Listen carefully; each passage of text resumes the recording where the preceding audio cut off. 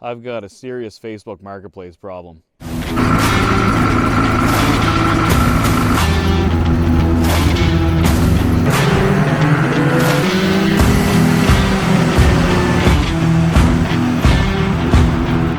I'm sitting on the couch and I'm thinking, man, it'd be really cool to have a fan-cooled sled.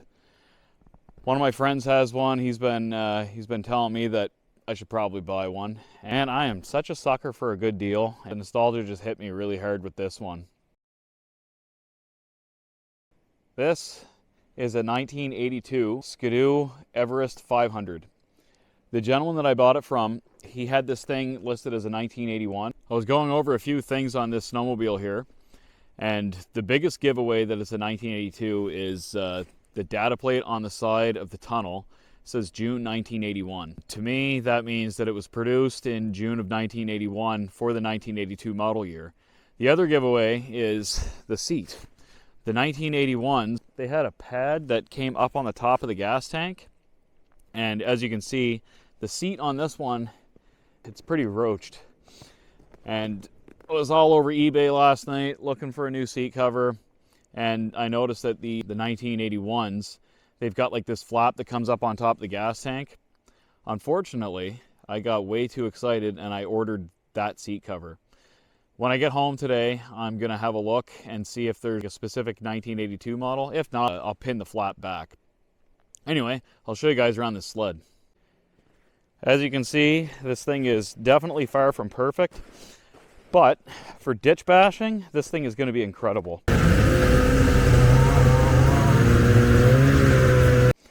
It definitely has a lot of war wounds. The previous owner said that the electric start on this thing doesn't work. I put a battery on it and cleaned some of the contacts, and the key turned it right on.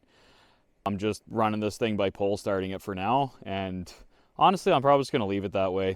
It pulls over pretty good. The engine makes really good compression. It starts up first pull every time. And since I said that, when I go to pull start this thing on camera for you guys, it is not going to start up. More than likely. I doubt it. Some of the first things to notice here is the pad for the handlebar, that's missing. The tachometer is missing. The speedometer cable for that is broken. The previous owner got rid of the oil injection system, which is fine. I think from what I was reading, these were really prone to failure in the early years of oil injection. So it calls for 50 to 1. I'm just going to run it 40 to 1 for a little while. It's probably going to make it foul some plugs, but whatever. Up on the hood here, this was cracked right here. I stop drilled the crack on the windshield, and then I drilled a bunch of little holes and just kind of stitched it so it doesn't fall apart even more. The fiberglass is definitely not great. However, I don't think that I'm going to try to make this thing perfect. I'm just going to make it good enough that my wife can hop on it, or on a day when it's too warm or the snow is too crappy to take one of the liquid-cooled sleds out, then I just hop on this thing. I do think that this is a really cool-looking snowmobile. I just took it on a test ride for about 10 or 15 kilometers, and it's got plenty of power. There's nobody out. There's nobody out today at all, and it really sucks. It's a regressing sport, unfortunately. I think there's too many people that are trying to get rich off their sleds when they're selling them. People just aren't interested in spending as much time outside as much as what they used to be. I'm not saying that nobody likes to spend time outside, but it's just, it seems like it's less common.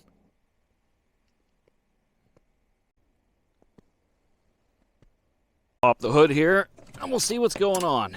Like I said, oil injection's gone. The air box is gone. I'd like to find one of those. I'm working on a guy on eBay for a belt cover. It does have the factory toolbox, which is really cool, and the fan shroud is in good condition. The brakes actually work immaculately too. Here's our broken speedometer cable, and there's where our tachometer is missing. I'm gonna really try my best to not go all OCD and try to make this thing like showroom condition. I don't want to be afraid to ride this thing. But on the other hand, too, I want it to be reliable and I want it to be safe. And I want to not worry about, like, my wife or a kid or something hops on to ride it. I don't want the belt to blow through the hood and take somebody out. I think I've got a pretty good list right now of everything that I need to pick up for this thing. Aside from that, I'm really happy with it. The gentleman that was selling this thing, he was trying to sell it with another sled. He wanted to do a package deal for like, I think it was like 3,500 bucks or something. I said, hey, would you be interested in selling just this Everest? He kind of hummed and hawed a little bit for a day or two, and he said that he'd let it go for $1,500. It's a fair price for that. It wasn't a good enough deal that I wanted to hop on it. So I just kind of threw it on the back burner a little while, and I just kind of forgot about it for a couple weeks. And I was scrolling through Facebook Marketplace, like I said, this thing was posted for $1,500. To me, that meant that this thing was sitting in his driveway or in his garage and he just wanted it gone. That's where I come in with a little bit of negotiating skill. I'm not really that skilled. Instead of insulting the guy and saying, hey, that sled's not worth what you're asking, I just said to him, you know, hey, you've got a sled that it appears that you're having a little bit of a hard time getting rid of. I want it. I asked him, could we meet in the middle somewhere? I didn't want to spend any more than $800, but I was willing to go up to about $1,000.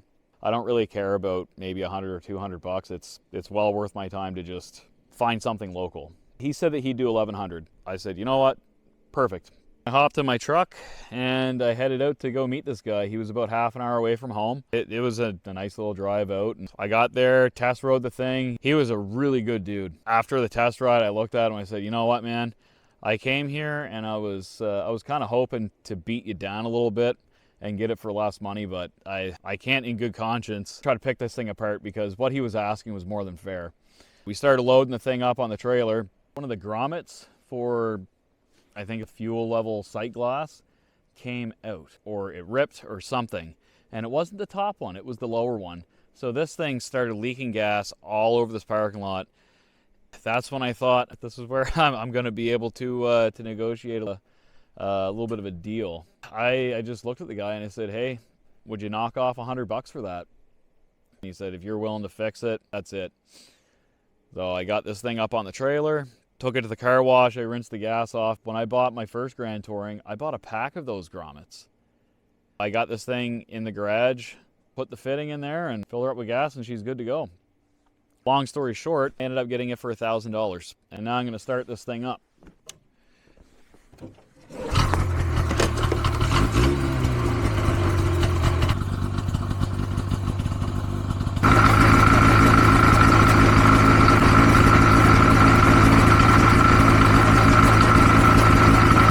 Time to take this thing down the trail.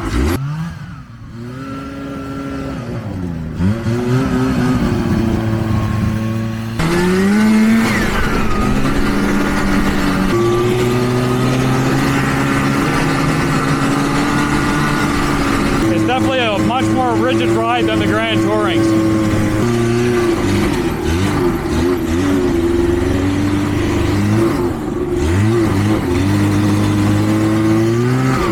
Throttle response on this thing is crazy.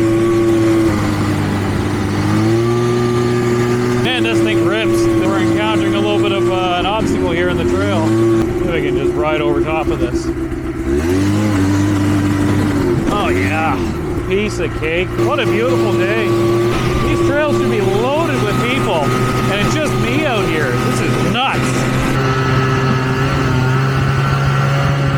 I think it's about time that I head for home. I only put 5 or 10 liters of gas in this thing, and I'm not really too sure what the fuel mileage is. Thanks for tuning in. See you guys on the next video.